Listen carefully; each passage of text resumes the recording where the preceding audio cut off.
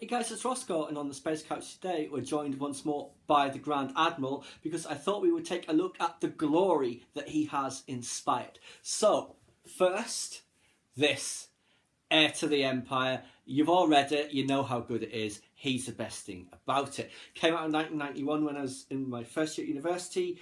Read it, loved it. It was just like Star Wars. They all would have made great films. Then, of course, Dark Force Rising, where he is plotting to steal a lost fleet before the Republic do. No prizes for guessing who wins that race. And then finally, of course, The Last Command, so artfully done at the end.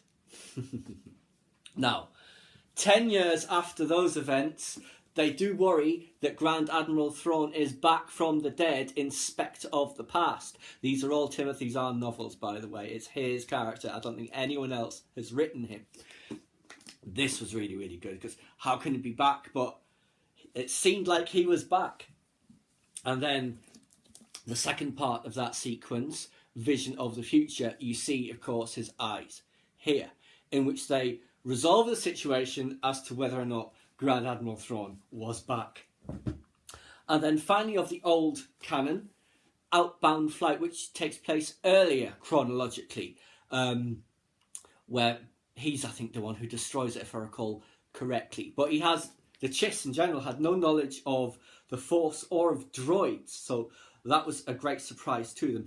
Chorus Chaboth, who is the clone of whom is in the Thrawn trilogy, is the actual real Joruus C'baoth leading the expedition in this. Now, of course, we shall finish with the only one that matters.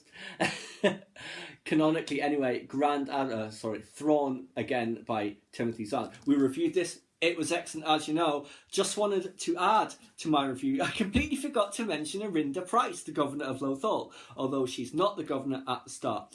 And basically, she is part of like a mining factory family.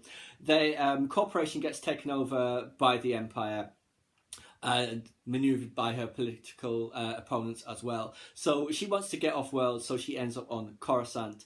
And the other chapters aren't about Eli and Thrawn, are about her rising up the ladder of power and falling back down again a couple of times. Until she has several crossovers with Thrawn, and they do respect each other and they help each other out. So it's Grand Moff Tarkin who makes her governor of Lothal after she tells him why he should. And it's very interesting. It's like he's impressed at her brass, shall we say. Yes, indeed. Very, very good.